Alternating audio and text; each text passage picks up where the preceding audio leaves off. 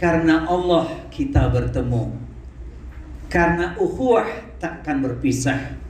Kita hadir di majelis ilmu, semoga Allah tambahkan berkah.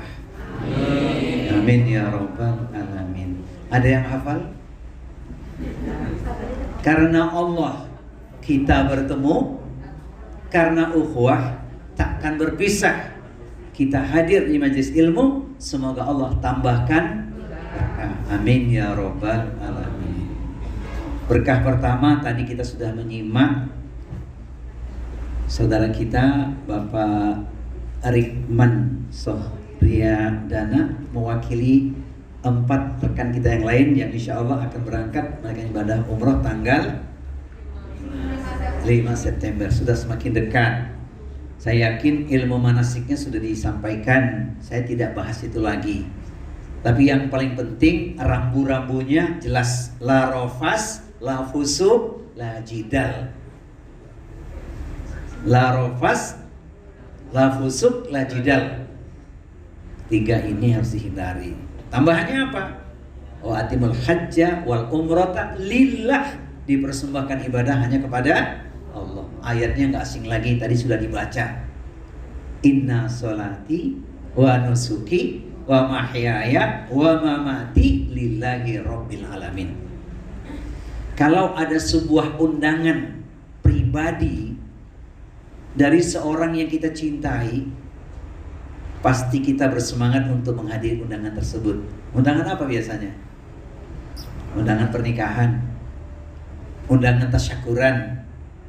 Itu kita begitu bersemangat. Dipilihlah pakaian yang paling bagus ya. Alhamdulillah, sedap, nyaman dipakai. Siapapun namanya manusia hanyalah makhluk. Undangannya kita penuhi dengan kebahagiaan, senang hati. Apalagi ini undangan dari Allah. Makanya bersyukur kalau saudara kita diberikan anugerah bisa menunaikan ibadah umrah ataupun haji. Bagi kita yang belum, terus mohon pada Allah, berdoa dan yakin jalan kebaikan akan terbuka. Insya Allah. Baik lewat rumah sakit Qadar yang memberangkatkan ataupun rezeki yang Allah titipkan lewat pribadi, berangkat pribadi. Alhamdulillah. Bagi yang belum, insya Allah bahkan setiap hari bisa umroh. Sholat Isra 2 rakaat setelah menunaikan sholat subuh. Tunggu waktu syuruk di masjid, di musola, di rumah Allah. 2 rakaat saja nilainya seperti umroh, bahkan haji. Sempurna, sempurna, sempurna. Tetapi tidak menggugurkan kewajiban untuk haji dan umroh. Saya ingin bertanya, Pak Rikman sudah titip pesan sama keluarganya. Apa pesan ketika akan berangkat? Apa titip pesan pada keluarganya? Oh gitu ya. Boleh saya sampaikan pesannya. Nanti boleh disampaikan, boleh tidak juga. Simak saja. Pesannya begini. Pergi umroh ke tanah suci untuk meraih ridho ilahi. Kutinggalkan anak dan istri, doakan Abi setiap hari. Gitu ya. Nah yang lainnya saya lihat yang berangkat nih ibu-ibu nih. 1 Ibu Dian Nurdiana, 2 Ibu Mumun, 3 Ibu Evi Nurwati, kemudian yang keempat Ibu Sumiati. Yang mana sih orangnya? Oh, alhamdulillah, masya Allah. Ya ini berkah ya. Semoga dengan nasihat Pak Dr. Sulaiman tadi sudah mewakili itu pesan-pesan penting. Amalan pribadi tunaikan. Kami menitipkan sejumlah pesan, yaitu doa jangan lupa di tempat-tempat mustajabah. Ibu sudah titip pesan sama suami dan anak? Belum? Apa pesannya kira-kira? Pesannya mau pakai syair atau datar saja? Kelihatannya sudah ada yang ngantuk nih. Pergi umroh ke tanah suci untuk meraih ridho ilahi. Ku tinggalkan anak dan suami, ikhlas meraih ridho ilahi. Sabarlah bang engkau menanti, jangan sampai kau. Bukan itu yang saya maksud. Sabarlah bang engkau menanti, jangan sampai kau lupa diri.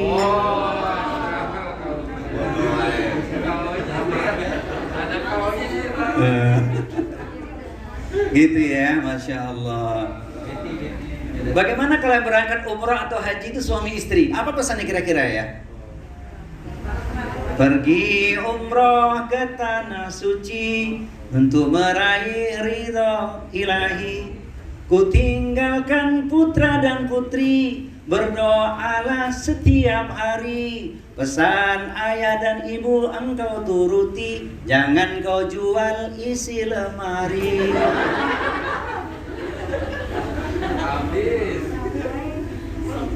Gitu ya. Hafal Bu? Bu hafal nggak tadi Bu? Bu Mumun, Bu Dian, Bu Evi, Bu Sumiati hafal nggak tadi? Hafal ya pesannya ya? Doa setiap hari, semoga selamat pulang dan pergi, sekalipun hanya 9 hari. Masya Allah, ini berkah luar biasa. Kenapa? Karena umroh itu pertama adalah jihad. Jihad yang besar umroh itu. Maka balasannya juga luar biasa. Ketika umrohnya makbul, peluang masuk surga sangat terbuka, insya Allah. Yang kedua, tak syak lagi ibadah umroh itu juga menghapuskan dosa dan kefakiran. Makanya ada hadis Nabi yang dikaitkan setelah haji adalah umroh. Tabi'u bainal haji wal umrati fa inahuma yanfi'anil faqra wal dzunub kama yanfil kiru khobatal hadid. Iringi susul ibadah haji dengan umroh, karena keduanya itu adalah amal peluang untuk mendapatkan dua keutamaan, dibebaskan dari kefakiran dan dihapuskan dari noda dan kesalahan.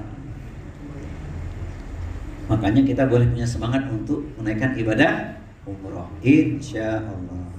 Saya mendoakan yang belum berangkat umroh, Allah berikan rizki, kemudahan, pertolongan di lain kesempatan. Amin ya rabbal alamin.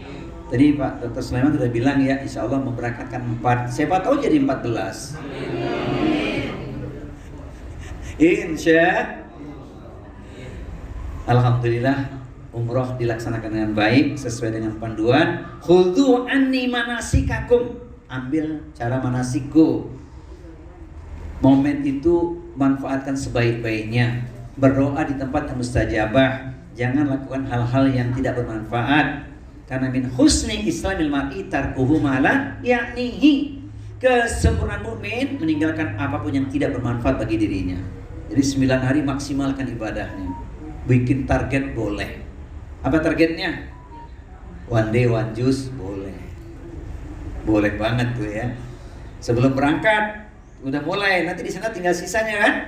Alhamdulillah khatamnya di pas di Mekah lagi. Masya Allah. Saya tidak tahu agendanya di Madinah bagaimana, tapi kalau nanti diberikan kemudahan, ada kesempatan, di belakang makam Baki itu ada masjid namanya Masjid Al-Ijabah. Nanti tanya sama pembimbing. Kalau ada kesempatan, karena ini kan umrah tidak seramai ibadah haji. Kalau bisa sholat 2 rakaat di Masjid Ijabah, berdoalah yang terindah, yang terbaik. Namanya saja sudah Masjid Ijabah, maka doa-doa akan dikabulkan di sana. Jangan lupa doa diri, untuk keluarga, juga untuk kami semua yang ada di sini. Tatap yang hari ini mendoakan antum. Nih, masya Allah, nih ya kan? Doa yang tulus, insya Allah diterima, dikabulkan oleh Allah Subhanahu Wa Taala. Insya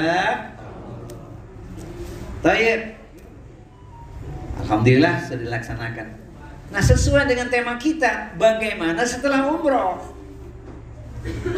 Umroh itu ritual ibadah yang tak syak lagi, banyak sekali pesan spiritual, pesan moral, dan pesan emosionalnya. Bagaimana setelah umroh? Apakah berpengaruh bagi kepribadian seseorang? Nah, kalau kita ingat pesan seorang Syekh Muhammad Abduh, mestinya ibadah sebesar umroh itu pasti membawa dampak yang baik, dampak yang signifikan.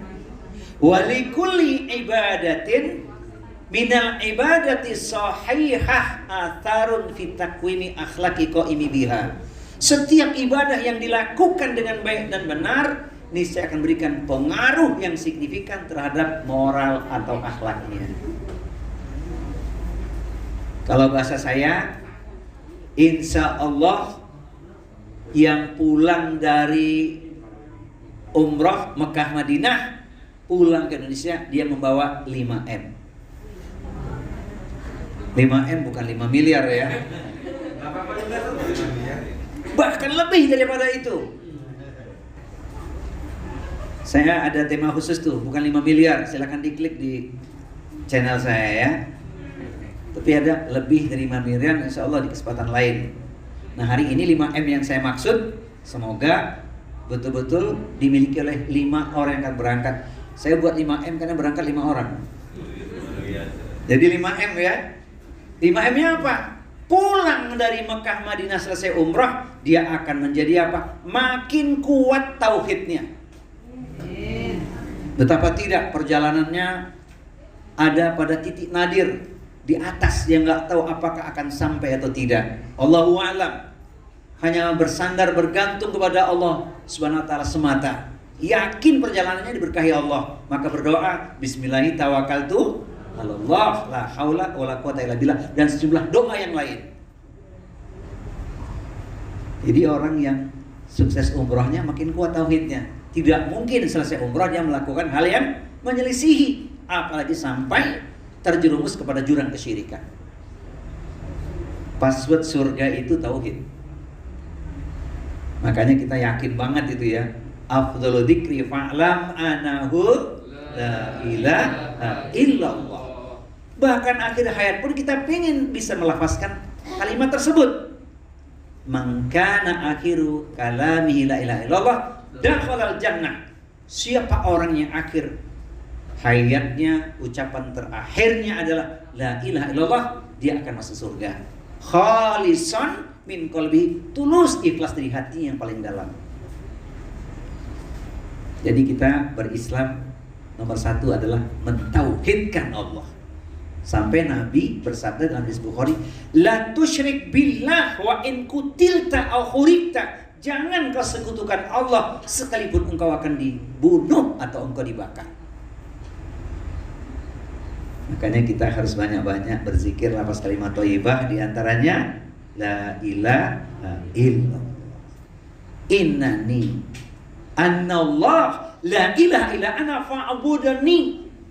Itu kata Allah di Quran surat Toha, surat yang ke-20 ayat 14. Allah memproklamirkan dirinya, sesungguhnya aku Rabb Tuhan kalian, hanya aku saja yang wajib kalian sembah, tidak kepada siapapun, aku saja yang kalian sembah. Mudah-mudahan selesai umrah tauhidnya makin kuat, amin ya rabbal alamin. Nggak mungkin tergoda oleh remah-remahnya dunia, nggak mungkin. Karena apa? Dia menyadari selamatnya karena mentauhidkan Allah. Ini yang pertama ya. M yang kedua, 1 miliar udah dapat ya, kali 5 miliar kan, nilainya lebih dari 1 miliar itu. Tauhid nggak terbeli dengan apapun. M yang kedua, makin meningkat ibadahnya. Wow, jangan berpikir nanti selesai umroh pahalanya besar, ibadah malas. Tidak, makin rajin, makin semangat. Nah ini dampaknya pada keluarga. Kalau seorang kepala keluarga, suami istri sudah baik ibadahnya, khususnya salat, maka dampaknya akan besar kepada putra-putrinya. Jangankan salat wajib, salat sunnah saja begitu semangat menunaikannya. Walaupun hadis ini sudah sering disampaikan, perlu saya sampaikan kembali. Sunnah itu an-nawafil ditunaikan bukan sekedar berpahala, tapi semakin mendekatkan dirinya kepada Allah, Allah makin cinta kepadanya. Tidak lagi berkata sunnah ditunaikan berpahala, ditinggalkan tidak apa-apa, nggak begitu lagi, rugi kalau nggak ditunaikan. Jadi ibadahnya pasti meningkat itu. Mudah-mudahan semua amaliyah wajib, khususnya sholat, istiqomah ditunaikan. Apa itu? Ada 4 amalan satu paket jalan ke surga. Afsus salam, sebar luaskan salam. Wa at'imu ta'am, beri orang makan. Wasilul arham. Kemudian yang keempat, wasallu bilaili wa nasu niyamun tadkhulunal jannah bisalamin. Salat malamlah engkau ketika orang-orang tidur lelap, engkau akan masuk surga dengan selamat. Itu paket masuk surga. Latihannya sudah di Mekah Madinah. Mudah-mudahan bagi kita dengan pesan ini bisa menjaga salat malam kita. Masih ingat kan hadis romantis yang Rasul katakan lewat hadis Ahmad itu? Rahimallahu ala rajulin qama minal laili fasalla tsumma istaiqadha zaujatahu fa in abad nadhal ma'ala wajhiha. Allah merahmati seorang suami yang bangun malam kemudian dia bangunkan istrinya untuk sholat malam. Kalau tak mau bangun, dipercikan air di wajah istrinya. Pak Rikman sudah pernah buktiin belum ini? Udah ya? Alhamdulillah, Ustadz gak dibangun. Sebab istrinya paham. Lanjutan hadis itu kan seimbang. Wa rahimallahu ala imra'atin qamat minal fassalat summa istaqadat zaujaha fa in aba nadhal ma'al wajhihi. Allah juga merahmati seorang istri yang bangun malam kemudian dia bangunkan suaminya untuk sholat malam. Kalau tak mau bangun, sama dipercikan air di wajah suaminya. Ini sholat sunnah aja semangat, apalagi yang wajib. Insya Allah. Mudah-mudahan ya kita semua istiqomah menjaga sholat malam kita. Itu pintu surga itu. Sholat tahajud tidak berat ya. Cukup 5, 6, 7 kali dalam 1 minggu. Insya Allah. Jangan jadi berat. Tidak berat, tidak beban ya. Cukup 2 rakaat saja. 2 rakaat berikut. 2 rakaat berikut. Betul, tambahannya witir gitu ya. Alhamdulillah. Kan rahasia sunnah itu satu, ingin dicintai Allah. Jadi ibadah kita bukan ngejar pahala lagi, ingin dicintai Allah. Asbab karena dicintai, doa kita dikabulkan, diberikan pertolongan dan perlindungan. Itu yang indah. Saya melihat wajah-wajah pecinta sunnah semuanya. Amin ya Rabbal. Jadi M yang kedua, makin meningkat ibadah. M yang ketiga, insya Allah karena sudah terlatih untuk tidak rofas, tidak busuk, tidak jidal ya, tidak berkata kotor, tidak bermaksiat, tidak berkelahi, berbantah-bantahan, maka akhlaknya makin baik, makin mulia akhlaknya. Masih ingat nggak pelajaran kita karakter orang yang akhlaknya baik? Masih ingat nggak? Nah, itu kajian bersambung itu ada 15 karakter orang baik. Ini supaya nggak lupa dikaitkan hal ini, ingat. 1, jangan putuskan silaturahmi, itu akhlak yang baik. Sambung terus silaturahmi. Wattaqullaha alladzi tasaaluna bihi wal arham. Innallaha kana 'alaikum raqiba. Quran surat An-Nisa surat 4 ayat yang pertama. Yang kedua, orang akhlaknya baik memaafkan orang yang menzalimi. Jadi pemaaf. Dan itu luar biasa, ganjarannya besar, pahalanya istimewa. Bahkan itulah termasuk orang yang memiliki karakter takwa. Wal afina 'anil nas. Yang ketiga, memberi kepada orang yang tidak pernah memberi. Wa'ti man haramaka. Dari 3 hal ini prakteknya bagaimana kira-kira? Ringan, enteng, gampang atau mudah? 1, menyambung silaturahmi walaupun diputuskan. 2, memaafkan kesalahan orang walaupun dia zalim dimaafin. Yang ketiga, tetap memberi kepada siapapun yang tidak suka memberi. Prakteknya saudaraku sekalian, ringan, enteng, gampang atau mudah? Jangan bilang susah, nanti makin berat. insya Allah ringan gitu ya. Kan pengen jadi orang takwa, betul nggak? Nah, itu akhlak di sana. Wa qulu linnasi husna, bertutur katalah yang baik kepada manusia. Ini dia, insya Allah. M yang ke-3 sudah dapat. Sekarang M yang ke-4 ini, makin berhati-hati menjemput nafkah. Khawatir pahalanya hilang disebabkan karena banyak makan barang haram. Berarti berhati-hati dalam pergaulan. Orang yang berhati-hati dalam pergaulan mencari nafkahnya bersih. Tentu dia tidak kenal dengan yang namanya sambo. Nggak kenal dia ya. Sebab kalau kenal bisa bahaya. Iya kan? Wahai saudaraku sekalian, pecinta ilmu penduduk surga, tidak ada yang pantas bagi orang yang makan haram kecuali tumbuh daging haram juga pada dirinya.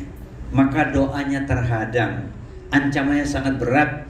Bahkan kalau itu hak orang lain yang diambil, nanti di akhirat bisa bangkrut. Nah, maka saya titip pesan kan, jangan lupa ini, para suami ketika akan berangkat kerja minta doa istri. Penting ini ya. Para istri ingat, ketika suami berangkat kerja berikan pesan-pesan yang baik kepadanya supaya dia fokus. Contohnya apa kalimatnya? Hati-hatilah bang di jalan, fokus saja pada pekerjaan.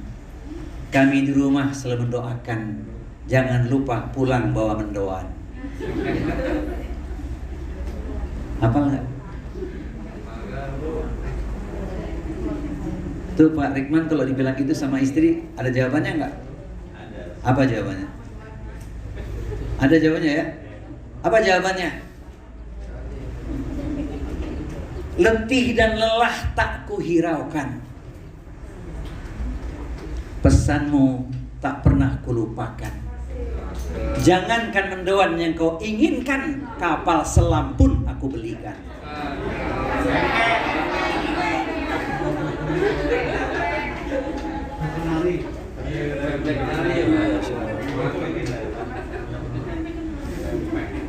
Pak Rikman hafal nggak tadi?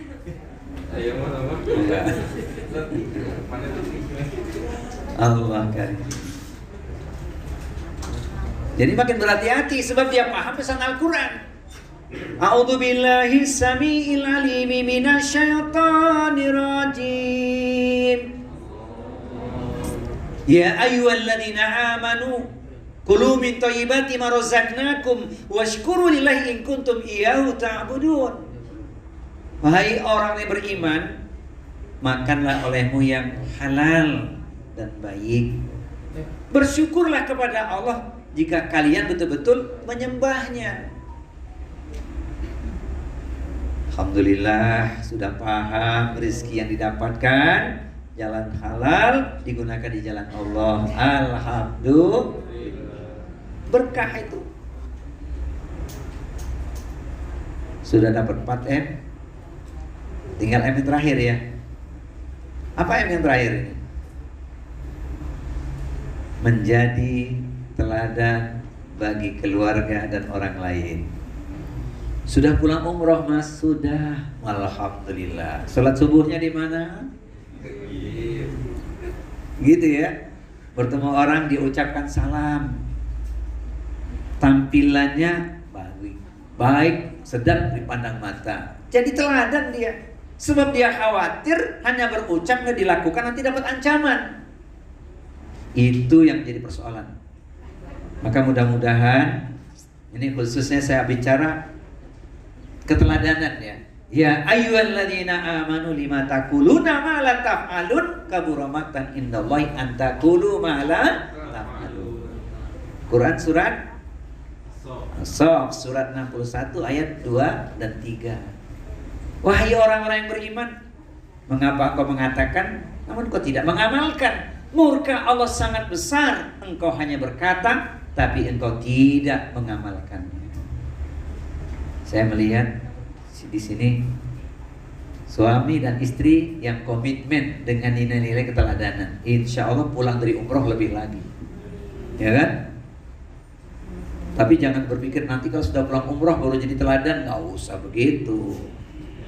Ya, kebaikan mesti disegerakan itu.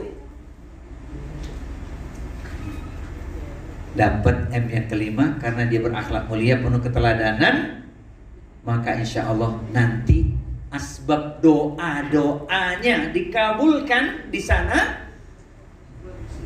Pengen dapat M yang keenam, apa itu? Memiliki umur panjang, banyak amal kebaikan. Dan itu yang dikatakan Rasulullah, sebaik-baik manusia, khairun nas man tala umruhu wa hasuna amaluhu. Sebaik-baik manusia adalah yang panjang umurnya, baik pula perbuatannya. Allahu a'lam kalau bicara umur. Beberapa hari yang lalu saya menyampaikan tausiah. Ini buat ibu-ibu sebagai inspirasi ya, penting ini. Ada seorang nenek meninggal kemarin usia 89 tahun. Anaknya 8, laki-laki 5, perempuannya 3, cucunya 19, cicitnya sudah 10. Jangan lihat jumlahnya itu, tapi perjuangan si nenek ini kan luar biasa itu. Semoga para wanita yang ada di sini bisa mengambil hikmahnya. Amin.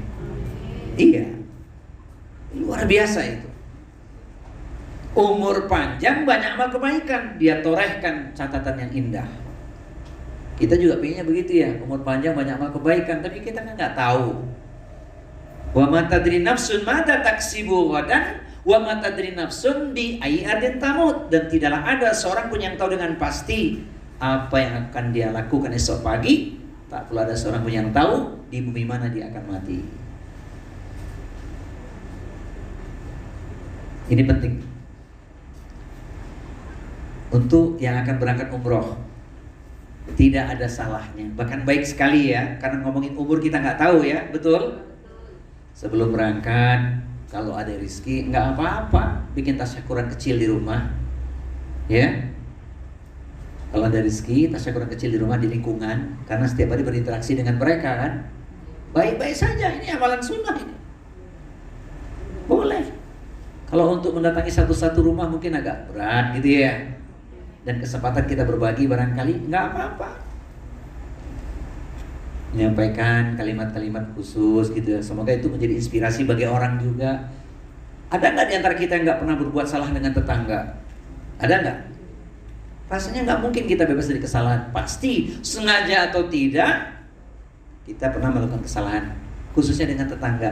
Dan tetangga itu haknya bukan hanya jar saja, tapi juga ada hak lain. Kalau dia muslim, hakul muslim, haknya sebagai muslim dan haknya juga sebagai tetangga. Itu kalau dirinci, akhlak kepada tetangga ada 10 itu. Nah, kapan-kapan kita kupas lah, ada 10 poin akhlak kepada tetangga itu. Satu diantaranya minta maaf kalau punya kesalahan. Jangan malu minta maaf. Kalau kita yang punya salah, kita minta maaf. Tapi kalau ada orang yang berbuat salah kepada kita, tanpa dia minta maaf, kita maafkan saja, sebab pahalanya besar. Amin. Penting ini. Penting sekali. Kenapa kita memaafkan orang? Karena memaafkan perintah Allah. Khudil afwa wa'mur bil urfi wa'rid 'anil jahilin. Jadilah engkau pemaaf. Seluruh orang berbuat yang ma'ruf dalam kebaikan, dan jangan pedulikan orang-orang yang bodoh. Belum lagi kalau kita baca Quran surat 42 ayat 40. A'udzu billahi samiil alim minasyaitonir rajim. Wa jazaa'u sayyi'atin sayyi'atun mithluha faman 'afa wa aslaha fa ajruhu 'ala Allah innahu la yuhibbudz dzalimin. Balasan sebuah perbuatan buruk, kezaliman adalah perlakuan yang setimpal. Namun bagi orang yang dizalimi kemudian dia memaafkan, pahalanya dijamin oleh Allah. Sungguh Allah tidak suka pada orang yang berbuat kezaliman. Berangkat umrah masih zalim sama orang, belum bisa minta maaf. Sayang. Tapi kita harus introspeksi. Tapi tadi itu ya, kalau ada yang punya salah dengan kita, maafin. Bahkan sebelum berangkat, kalau dia mendiamkan kita, sapa dia. Siapa tahu dengan ini hatinya, kebekuan hatinya cair gitu ya. Iya enggak? Karena cair, sebelum berangkat dia kasih syair sama Pak Rikman sama ibu-ibu ini. Bu Dian, Bu Mumun, Bu Nurwati, Bu Sumiati, dia kasih syair. Apa syairnya? Buat apa menanam padi kalau ada nasi kebuli? Buat apa saling membenci karena kita satu hati? Ya kan? Gitu kan? Itu yang sarapan kebuli itu. Alhamdulillah. Jadi maafin dan maafin. Minta maaf kalau kita punya salah, karena itu luar biasa karakter ahli takwa. Ada 10 tuh hak tetangga itu, tapi nggak cocok kalau kita luaskan tema itu pada hari ini. Kapan-kapan kita luaskan tuh. Ada 10 poin itu. Selain tentunya mendoakan, jangan membenci orang.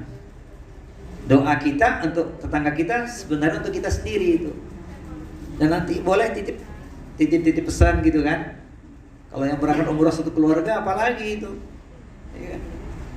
Titip pesan sama tetangga, ya, pergi umroh ke tanah suci untuk meraih ridho ilahi.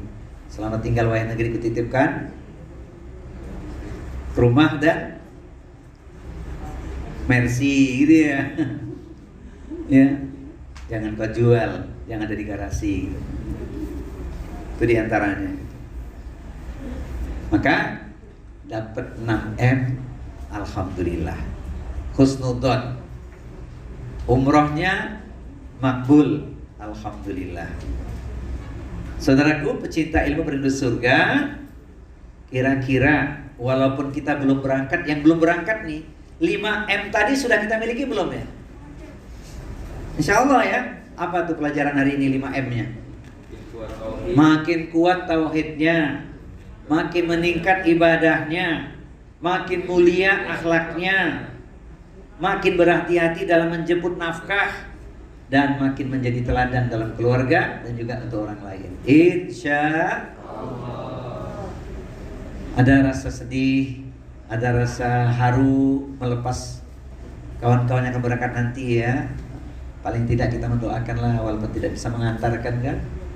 Jangan lupa Pak Rikman dan kawan-kawan yang akan berangkat yang lain, Ibu Dian Nurdiana, Ibu Mumun, Ibu Evi Nurwati, Ibu Sumiati, jangan lupa nih tatap nih yang hadir di kesempatan hari ini. Ini semua mendoakan antum, mendoakan kalian semua dengan harapan yang sama. Masing-masing orang kan punya cita-cita kebaikan pasti. Ada target-target yang belum terpenuhi.